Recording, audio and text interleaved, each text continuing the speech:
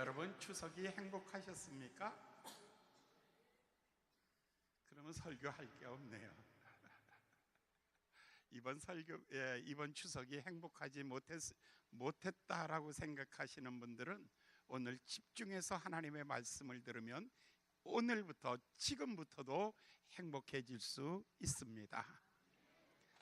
행복의 조건이 뭐예요? 건강한 거죠? 네. 그 다음에 또 뭐 있어요? 집도 아파트가 좀 괜찮아야겠어요. 예. 그 다음에 월급도 좀 올라가야 되겠죠. 예. 그 다음에 또 뭐 이런 것들이죠 뭐. 그런데 정말 행복한 것이 무엇인가라는 것을 조금 더 의미 있게 내용적으로 살펴보면 그런 이것들은 환경과 조건들이에요. 그러면 아프면 어떡할 거예요? 여러분 80살 넘으면 기본 다 관절염 갖고 있고요, 편두통 같은 거 갖고 있고요, 머리 빠지는 거 갖고 있고요. 그럼 100살이면 80살에서는 불행하겠죠. 예, 아파트보다는 전원주택이 더 낫죠. 불행하겠죠. 월급도 여러분 그냥 80살에 월급 나오는 데가 어디 있어요? 그러니 여러분 행복이라는 것은 순간이고 인생이 불행이라는 것은 길죠? 그렇지 않아요. 세월이 가면 갈수록 더 행복해지고 아침의 태양은 찬란하지만 저녁의 태양은 황홀해요. 인생이 나이 들면서 황홀하게 살 수 있는 방법 뭘까? 궁리를 해봤는데 첫 번째는 정직이에요. 사람이 정직하면 행복해요. 정직 반대 거짓말하게 되면 불안해지죠. 죄를 범하게 되면 인생이 불행해지는 거예요.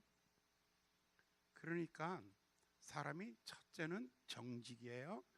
두 번째 행복의 조건은 뭐냐면 도전이에요. 날마다 똑같으면 안 되겠죠. 조금씩 올라가야겠죠. 발전해야겠죠.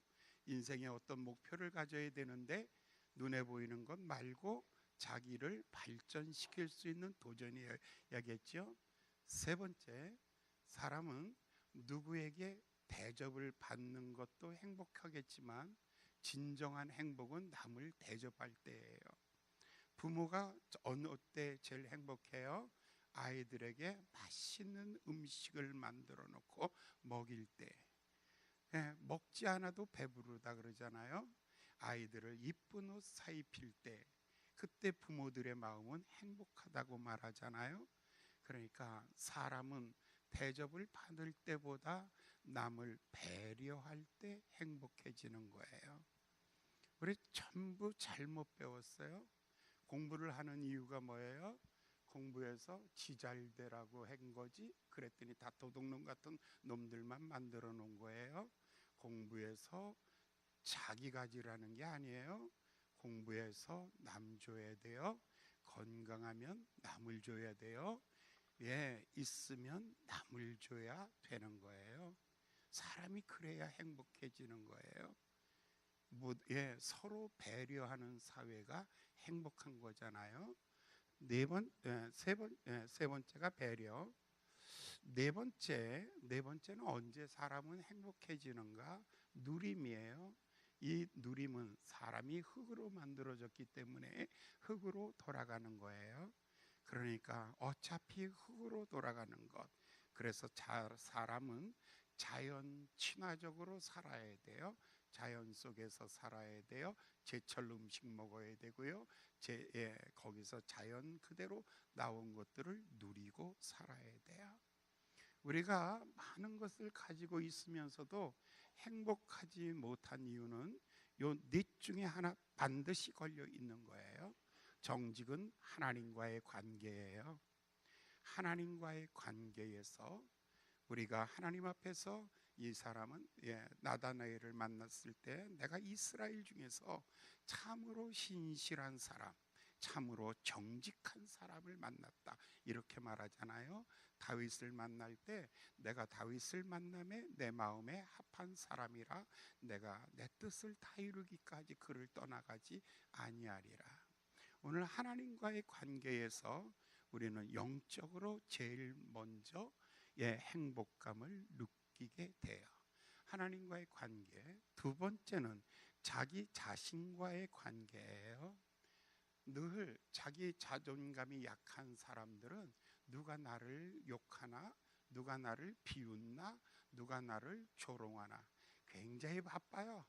혹시 누가 나를 욕하는 사람이 있을까 불안해서 돌아다니는 거예요.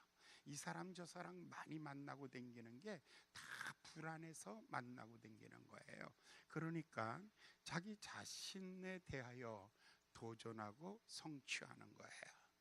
그러니까 도전이 없으면 행복이 없어요. 도전이라는 거, 그러니까 높은 산에 사람들이 등산하잖아요.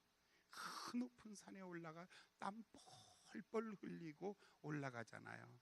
마침내 다 올라가고 난 다음에 세상을 내려다보면서 행복감이죠. 왜냐하면 도전에 성공했기 때문입니다. 인생의 도전 자체가 없다면 발전이 없어요. 그러면 행복해지지 않죠.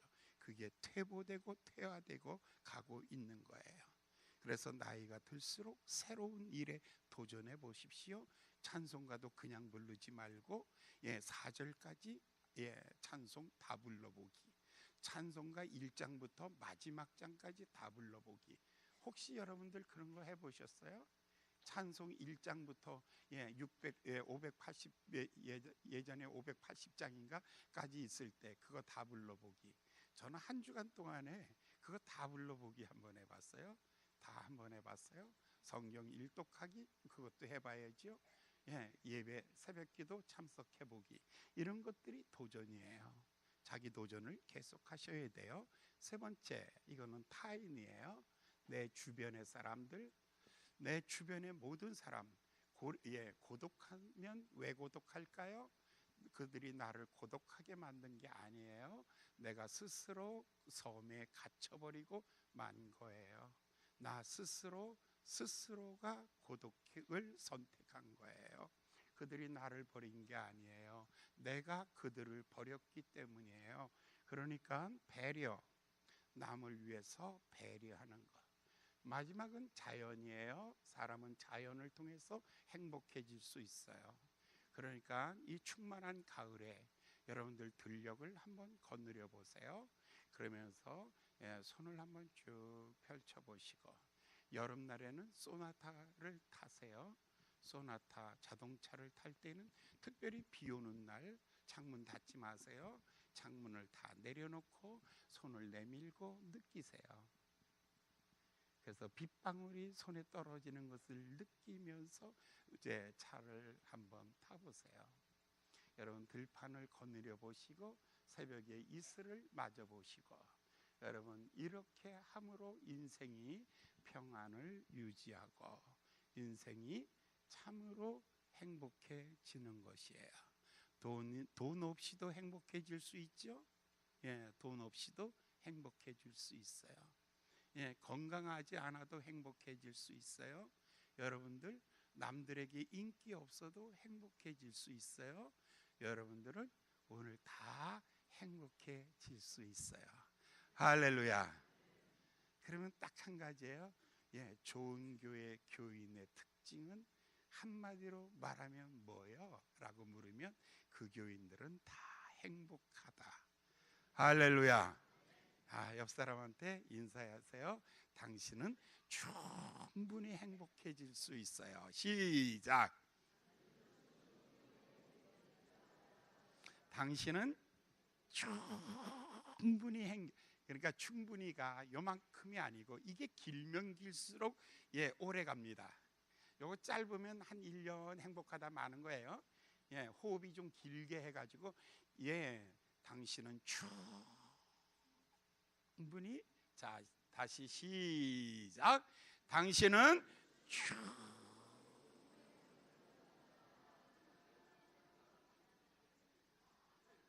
아예 불행하기로 작정했네. 저 뒤에를 제가 설교를 못하는 게 아니에요. 지금 그분이 마음문 안 열은 거예요. 원래 제가 지금 원체 설교를 너무 잘하고 있는데도 문을 안 열고 있으면 갈 때 인상 쓰고 가요. 그리고 집에 가서는 틀림없이 싸울 거야. 한 주간 동안 맨날 옆집하고 들이 싸울 거야. 오늘 여러분들 행복해지기를 예수님의 이름으로, 당신은 충분히 행복해질 수 있습니다. 시작!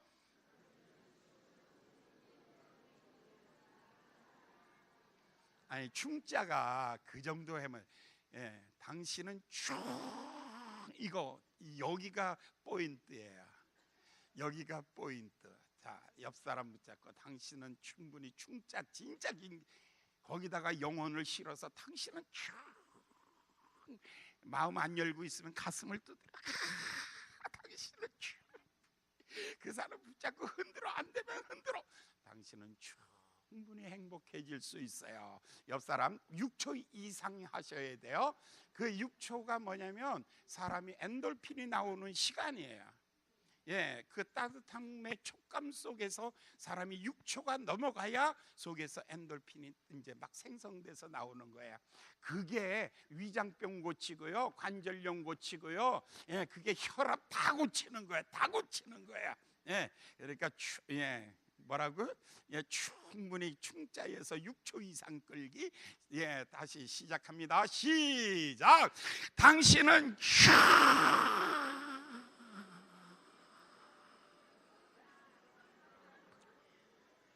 행복해질 수 있습니다.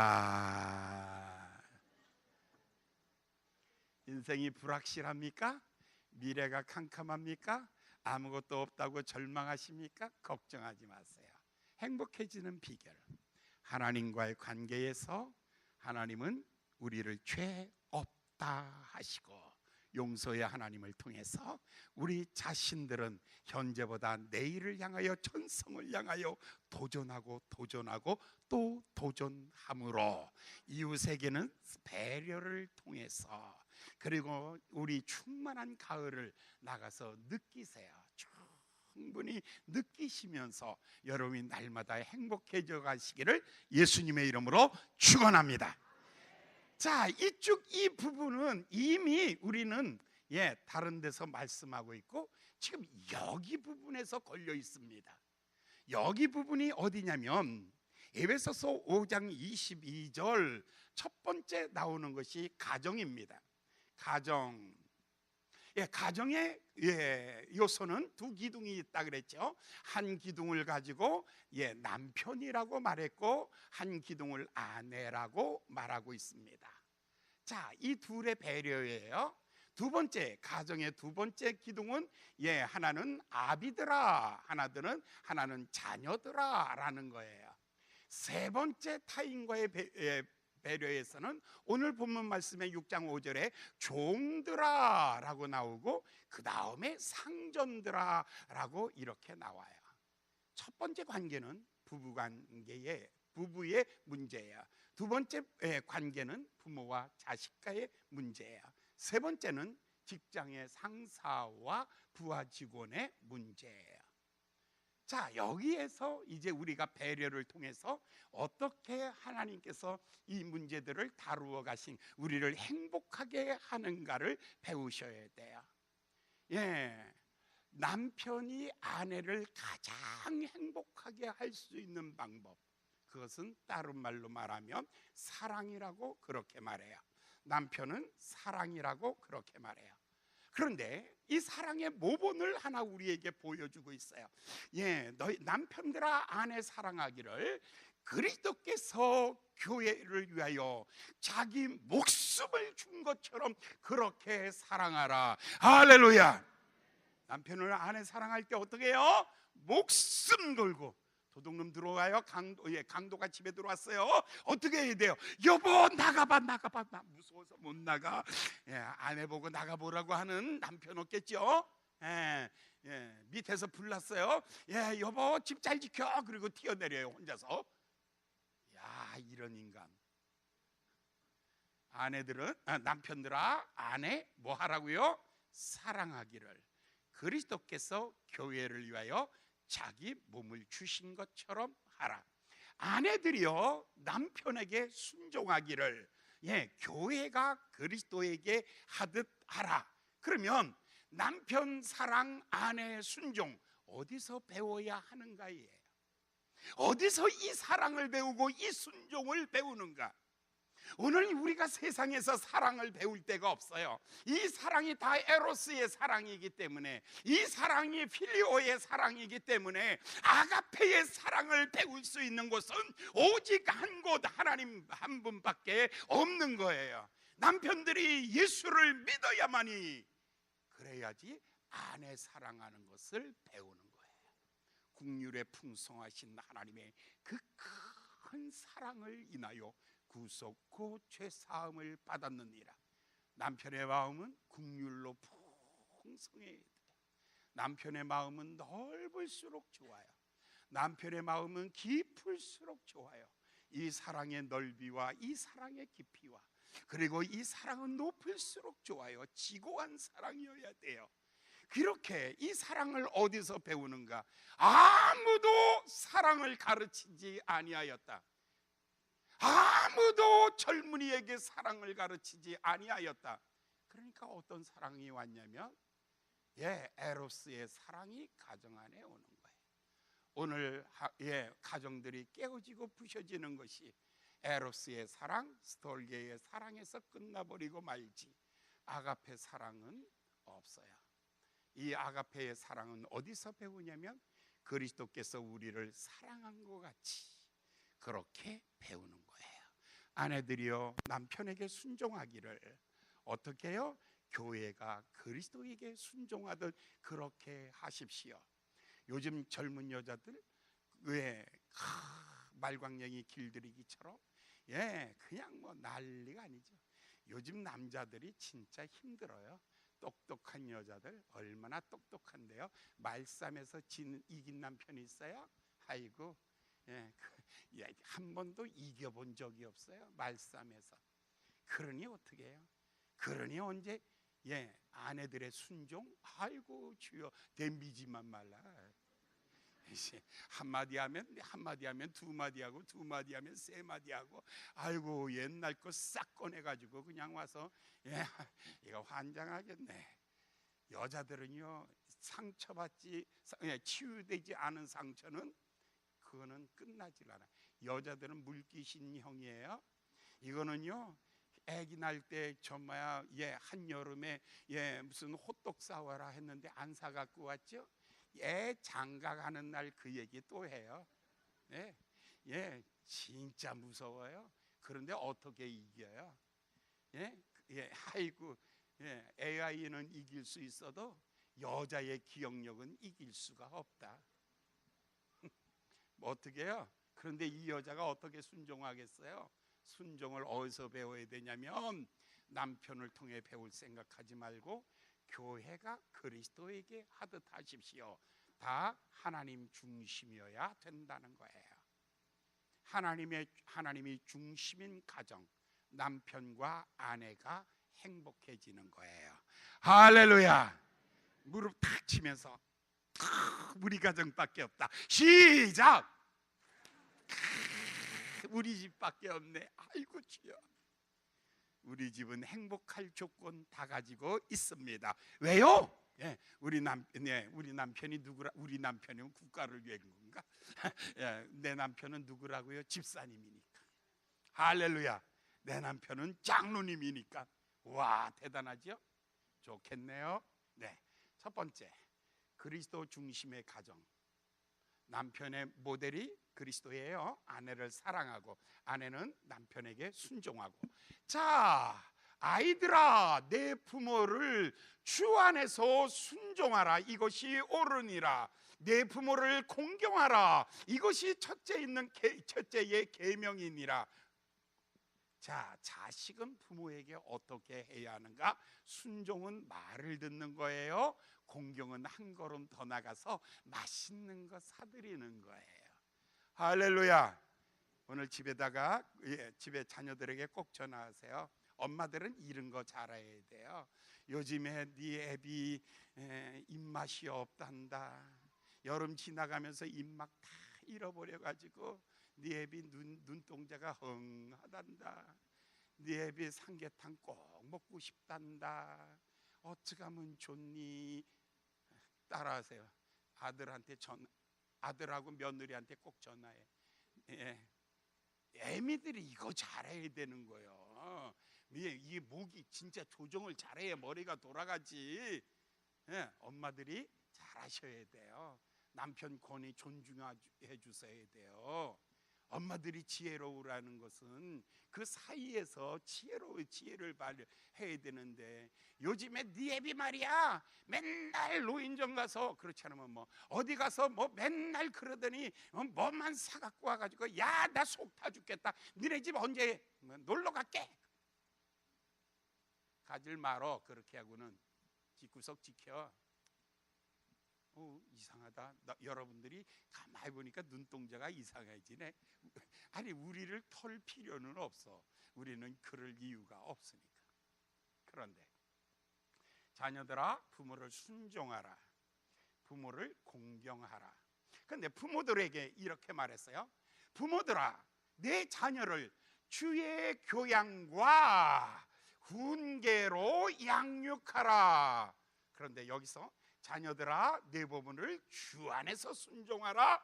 주의 교양과 훈계로. 그걸 다 보니까 부자지간의 관계에도 누가 있어야 되냐면 그리스도가 있어야 되는 거예요. 부자지간의 관계가 제일 친한 관계가 부자지간의 관계예요. 사실은요. 어떤 아버지가 아주 중요한 얘기를 해야 되는데, 아들아 들어와라, 아들하고 이 얘기를 하려고 그러는데 아니에요. 그러니까 한참 있다가 아버지가 이렇게 말하죠. 성씨 다른 사람이 있으니까 좀 기다렸다 하자. 성씨 다른 사람 누구예요? 마누라죠. 이 아버지의 마음이란 어떤 거냐면 아들을 신뢰하는 거예요. 무한 신뢰. 아들에 대해서 이렇게 무한 신뢰하고 있는 거예요. 아버지가 그렇게 마음속에 자녀를 신뢰하고 있는 거예요. 그런데 이런 관계라 할지라도 역순환이 생겨야 강요하기 때문에, 자식이 꼭 내 소유물을 같이 느껴지기 때문에 지배하려고 그러고, 자기가 다 컨트롤 하려고 그러고, 그러다 보니까 문제가 생기는 거예요. 그래서 성경이 자녀들은 주 안에서 순종하고, 그 다음에 부모들은 주의 교양과 훈계로 양육하라. 여기서 두 단어가 나와요. 교훈과 훈계.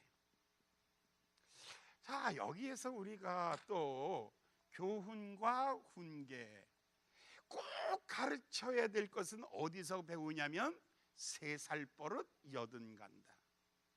떡잎부터 알아본다. 아이가 7살이 되면 이미 80% 이상 가리킬 게 없다. 우리는 국영수를 가리키는 게 그게 교육인 줄 알아요. 그거는 인생 사는 수단이에요. 국어 잘할 수 있고 산수 잘할 수 있고, 과학 잘할 수 있고, 수단을 목적으로 삼지 마세요. 이 아이가 반드시 배워야 될 것이, 7살 전에 반드시 배워야 될 것이 있다. 가필슨 목사님은 이 교훈 중에서 아이에게 첫째로 좋은 기억을 만들어 주라. 좋은 추억을 심어주는 거예요. 나는 진짜 우리 아버지 무서웠거든요. 어렸을 때 얼마나 돼지게 맞았는지. 그래서 내 7살에 집 나가버렸어. 진짜 엄청 맞았어요. 와, 우리 저 함안에서 살 때 그 마당에 큰 나무가 있어요. 우리 형하고 나하고 둘이 걸려가지고 묶어가지고 매달아 놓고 때렸어요. 우리 아버지. 이거 옆집에서 신고하면요, 아동 폭력, 아동 감금, 아동 협박, 이건 감옥 유치장 보내면요, 우리 아버지 솔직히 한 10년은 살아야 돼. 진짜 우리 아버지 무서운 아버지였어요. 그런데 7살 또 어느 날 제가 팔이 탈골되었었나 봐요.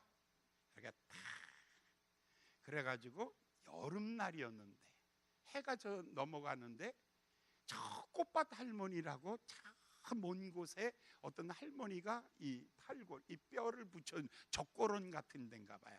나를 업고 타박 걸어서 가고 오고 온몸에 땀 범벅이 됐는데 7살짜리 나를 걸리지도 아니하고 업고 걸으시던 분, 좋은 추억이 있죠. 우리 아버지는 어떤 것만 있다고? 자식 패는 아주 못된 아버지. 그 추억보다 어떤 추억이 더 클까요?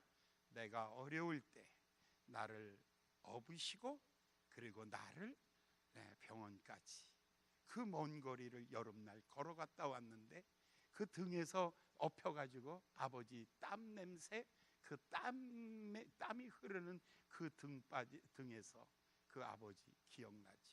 점점 더 생생해져요. 나도 갈 때가 비슷하게 오나 봐. 그래서 점점 생생하게 드러나요.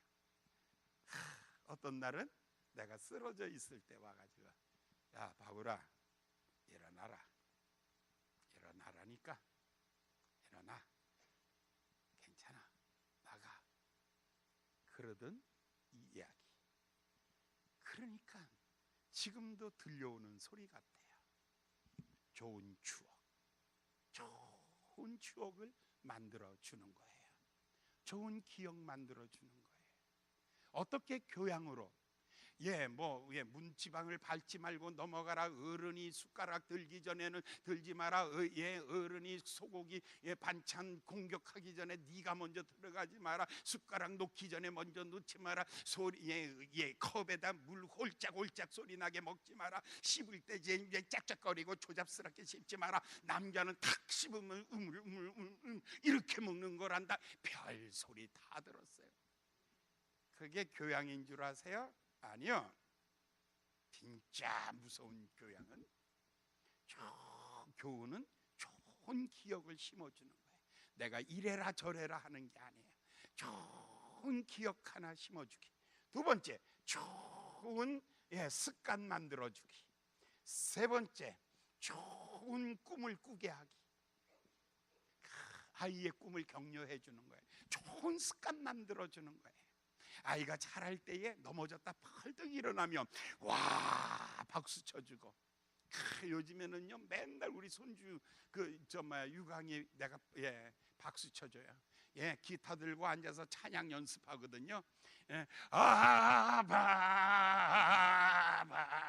막 이러면서 그냥 기타 들고 집안에서 난리.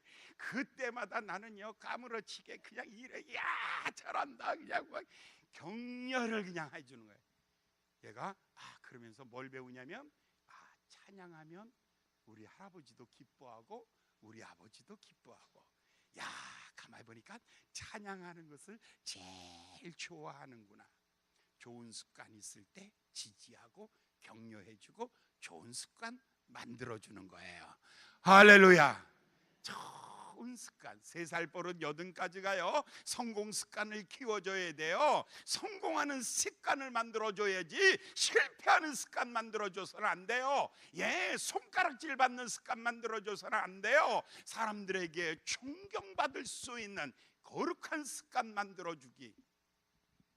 좋은 꿈을 꾸게 해야 돼요. 아이에게 매일 꿈 꾸라 그러면 똑같아요. 의사 되고 변호사 되고 판사 되고. 왜 그것만 있어요? 왜 그것만 있냐고요. 여러분 로마에서는요 의사도 종이었어요. 의사도 종이고요, 행정 공무원도 종들이었고요. 전부 다 밥하는 것만 종이 아니에요. 이 사람들도 다 종이었어요. 아니요, 그거 외에 얼마든지 꿈을 꿀 수 있는 세상, 이 꿈, 좋은 꿈을 꾸게 해주는 것, 이것이 교훈이에요. 자, 그런데 이때에 여러분이 좋은 습관 만들어 줄 때에 반드시 해야 될 것이 있어요. 첫 번째, 하나님 경외하기. 두 번째, 권위를 존중하기. 세 번째, 이웃 사랑하기. 네 번째, 절제하기. 과유불급하지 않기, 욕심을 채우지 않기. 어렸을 때부터 욕심 갖는 것만 자꾸만 가르쳤어요. 아니에요. 과유불급이란 말 있잖아요. 모자른 듯한 것을 최고로 알 수 있는 사람. 자, 그래서 하나님 경외하기. 여러분 가만히 보면요, 대부분의 위대한 하나님의 사람들 보고 위대한 성공하신 분들을 보면요, 다 언제 17세 이전에 회심한 사람들이에요. 이것은 다른 말로 말하면 어렸을 때 교훈됐던 말씀들이에요. 그러니까 여러분의 아이들이 마귀가 손을 떼 그림을 그리기 전에 여러분의 아이들의 마음속에다가 여러분들이 좋은 그림들을 그려줘야 되는데, 하나님 경외하기, 예배 반드시 지켜야 한다. 두 번째, 권위를 존중하기. 그런데 부모님들 꼭 다시 한번 부탁합니다. 집에 가서 목사 씹지 마세요. 목사 씹지 마세요. 좋은 말 할 때 왠 줄 아세요? 아이가 배워요. 그러면 어떻게 되는 줄 아세요? 그 아이는 평생 신앙생활 안 해요. 권위를 존중하는 것을 가르치세요. 아까 기도할 때 포스트 모더니즘 시대라고 하잖아요. 모든 권위를 박살내는 시대예요. 대통령의 권위 아무것도 아니에요. 촛불 불면 날아가요. 대통령의 권위 가짜 뉴스 몇 방에 그냥 날려버리는 거예요. 이런 시대에 우리가 살고 있어요. 여러분, 대통령의 권위가 무너졌다, 부모의 권위가 무너졌다, 선생님의 권위가 무너졌다, 모든 게 다 무너뜨리고 있는 이 시대예요. 그러나 성경은요, 그것을 강조하지 않아요. 우리에게 강조하는 것은 사회 제도의 개혁이 아니에요. 법이 없어서 사람이 잘못 사는 게 아니에요. 법이 없을 때도 양심이라는 것이 법이 있었어요. 양심법이 오히려 더 높은 차원이에요. 도덕법이 더 높은 차원이에요. 가장 낮은 법, 가장 싸구려가 뭔 줄 아세요? 현자에 있는 이 법들이에요. 여러분들은 이 법 지켰다고 해서 내가 나는 거룩한 사람이라고 말하지 마세요. 이 법보다 더 무서운, 더 높은 차원의 법, 양심법 있잖아요.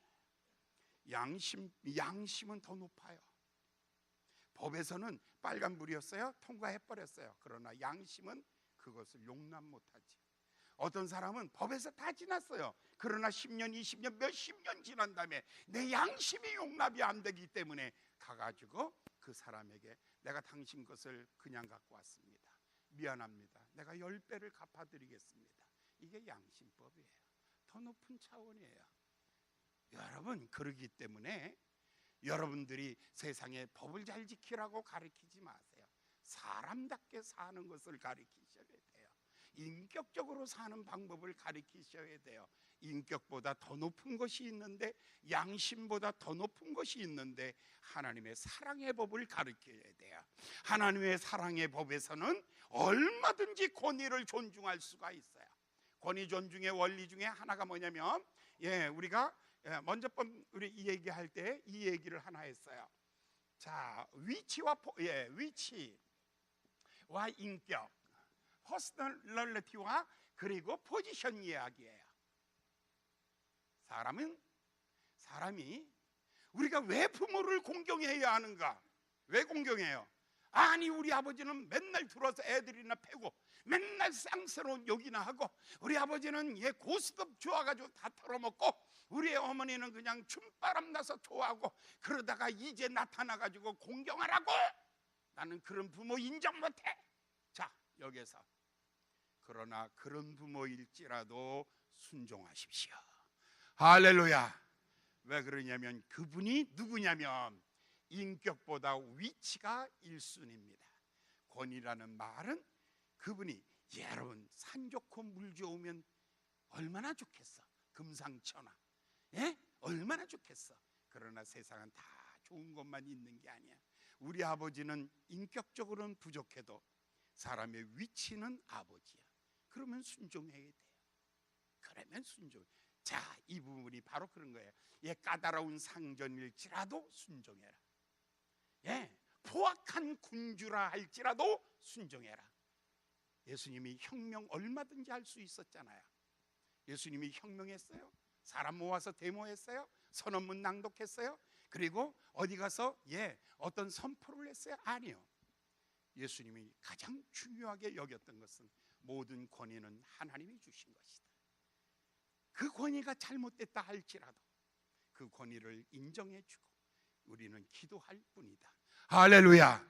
그것이 여러분 부모님에게도 그렇게 하지만 여러분 이것이 바깥에 나와서도 그렇게 권위 존중의 원리, 아이들에게 선생님을 존경하는 훈련을 하셔야 돼요. 여러분 스승의 날에 반드시 꽃 좀 학교 보내세요. 할렐루야. 거봐, 김영란법 때문에 안 된다고?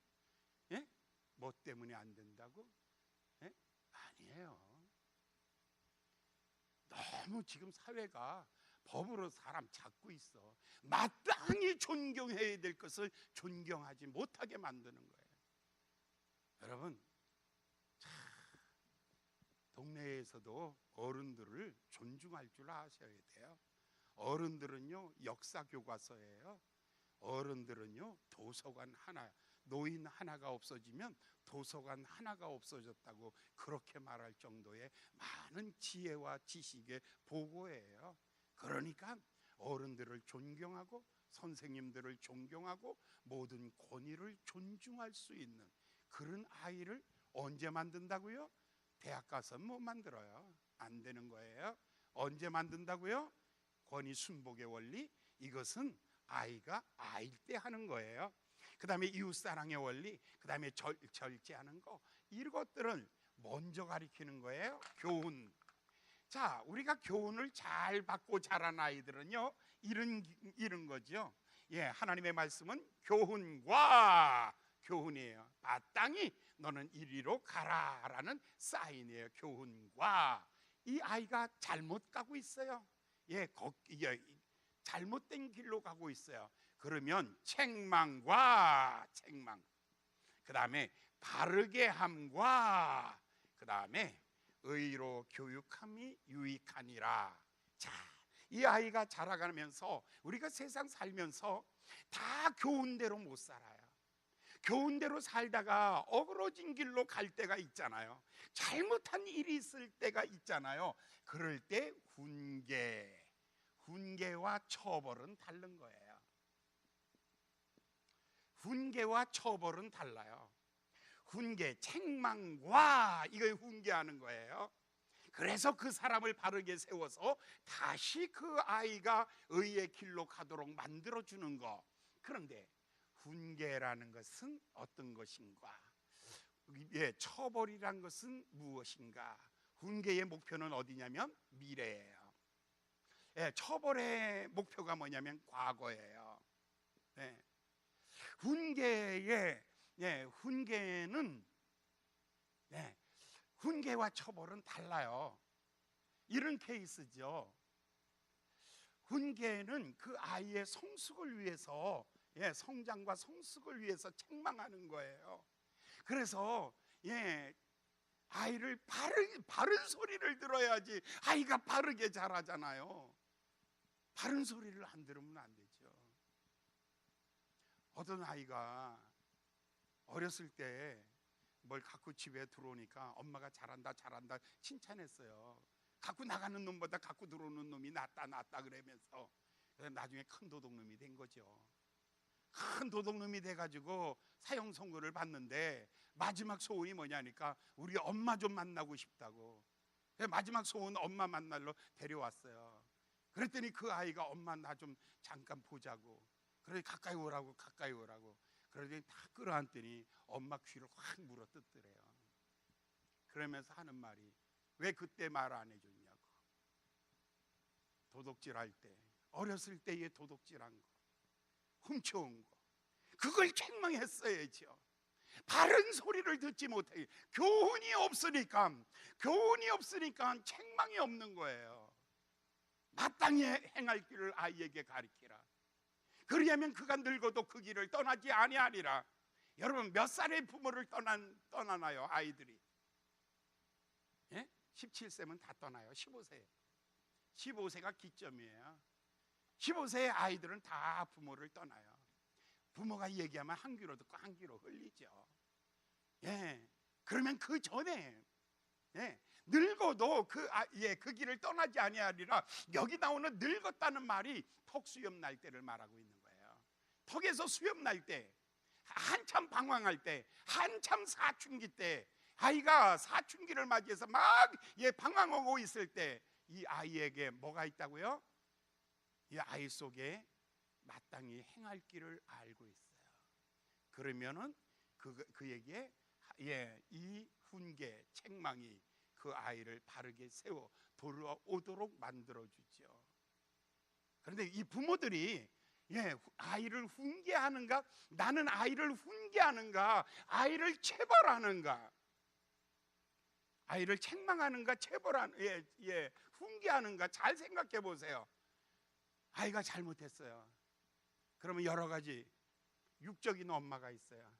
이놈의 새끼, 너 오늘 뒤지는 줄 알아. 무조건 패기 시작하는 엄마. 두 번째, 아주 감성적인 엄마. 애가 잘못했어요. 그러면 딱 오면은 감성적인 엄마.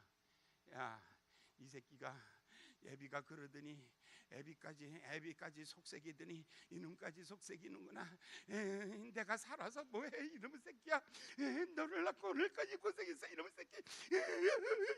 막 울면서 그냥 애 끌어안고 울고 불고 난리나는 엄마들.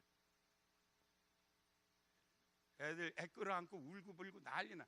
애가 조금만 잘못하면 이건 감성적인 엄마야. 네가 나한테 그럴 수가 있니? 너까지 속삭이면 내가 어떻게 살라고? 누구? 감성적인 엄마. 지적인 엄마는 좀 달라요. 따져보면서 잘했니? 못했니? 네가 이거 얼만큼 잘한 것 같아? 이건 너 얼만큼 못한 것 같아? 얼마짜리야? 이거는 지적인 엄마. 의지적인 엄마가 있어요. 그래, 이제 앞으로 할래 안 할래? 안 할래. 너 그러면 이제 요절 나는 거야. 나랑 끝나는 거야. 할래 말래 하면서 시근하죠. 영적인 엄마. 이게 우리 성경이 원하는 영적인 엄마야. 가장 중요한 권위를 하나님께 두십시오. 하나님이 기뻐하지 않는 일이니까 버려라. 하나님이 기뻐하지 않은 일이니까 그만해라. 응? 내 감정이 아니에요. 내 목표가 아니에요.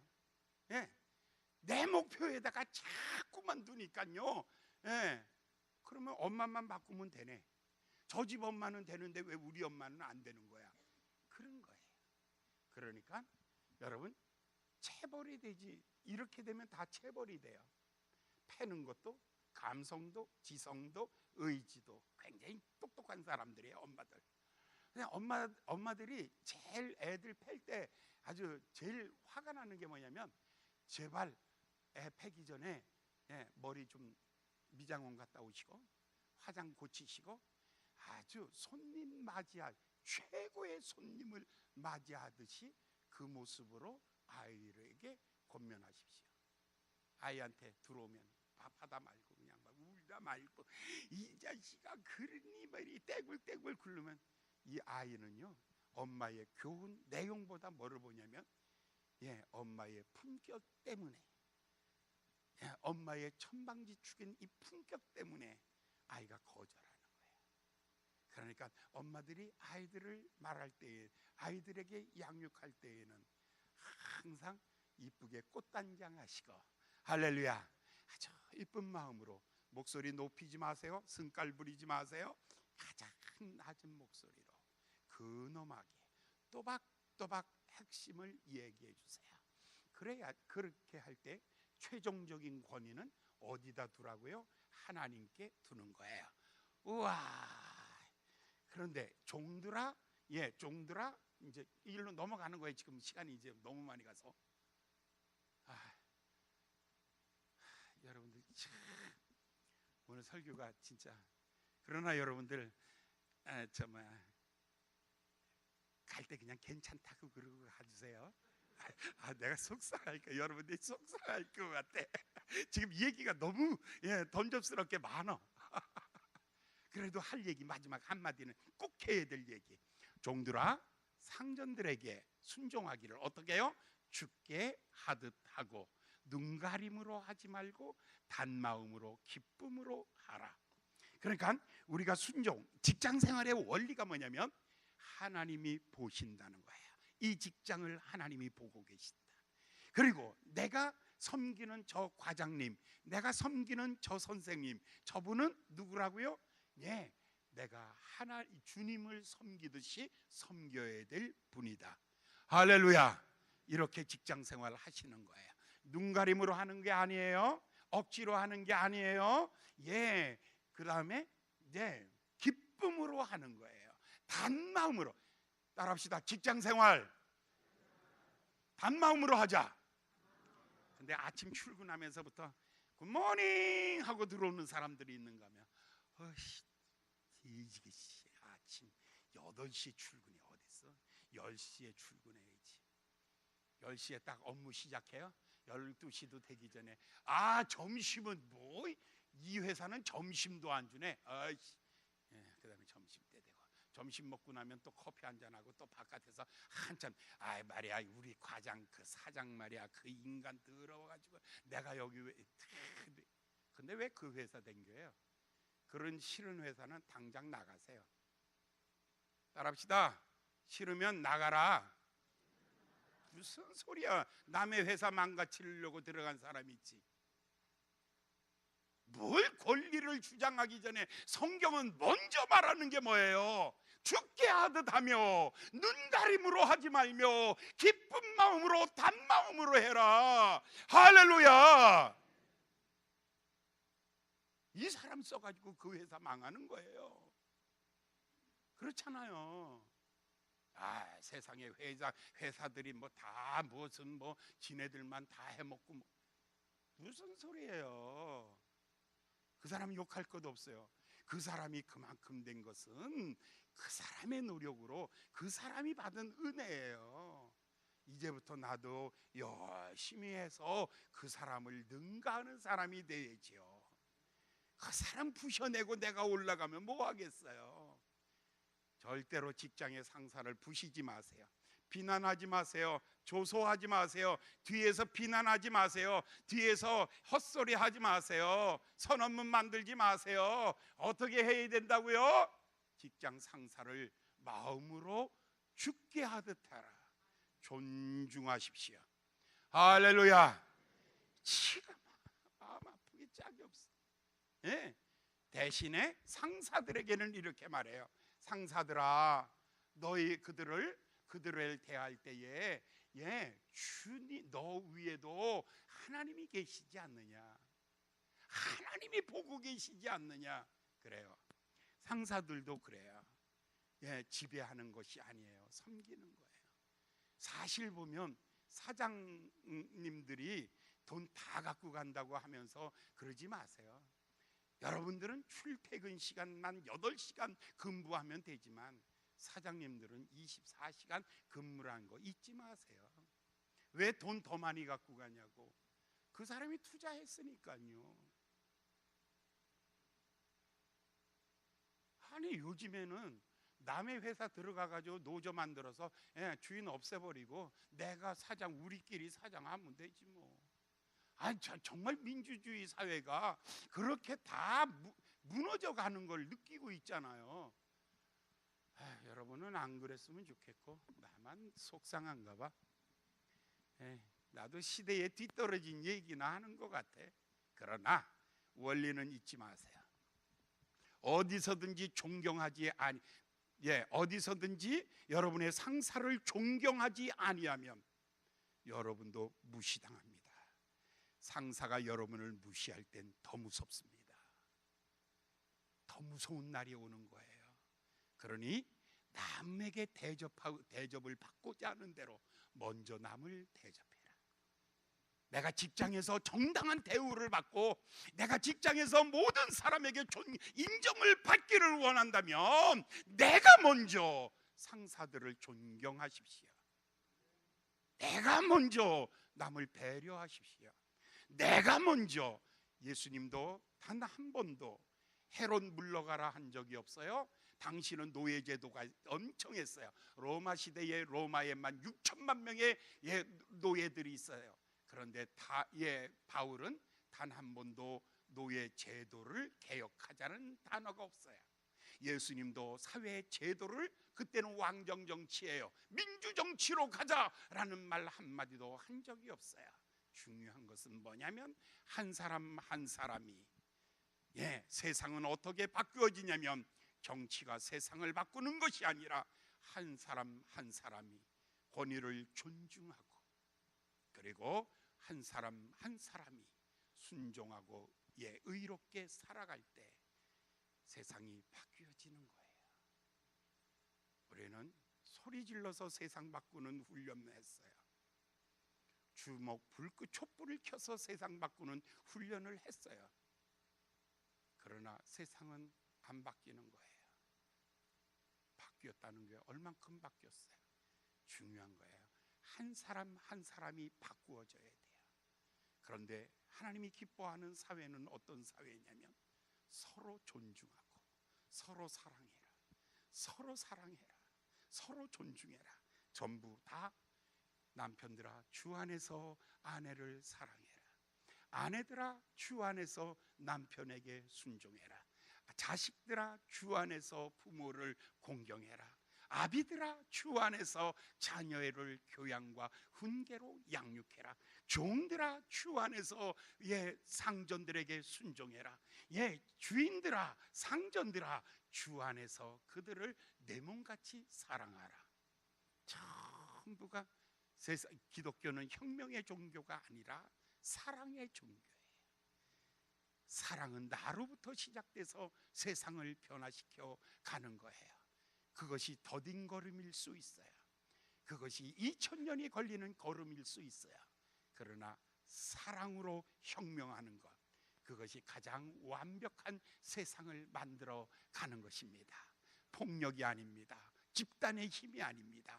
지성의 힘도 아닙니다. 뭔 줄 아십니까? 사랑의 힘이 세상을 바꾸어 가는 것입니다.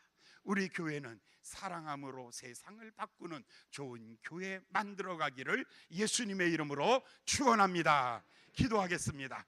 자비로우신 귀하신 아버지 하나님, 오늘 아침 우리에게 아버지 하나님의 관계 속에 행복해지는 말씀들을 나눌 수 있도록 은혜 주심을 감사합니다. 오늘 주신 말씀을 마음에 새기고 가서 세상을 변화시키는데 사랑으로 세상을 변화시키는 하나님의 사람들이 될 수 있도록 우리 하나님 축복하여 주시옵소서. 예수님의 이름으로 간절히 기도하였나이다.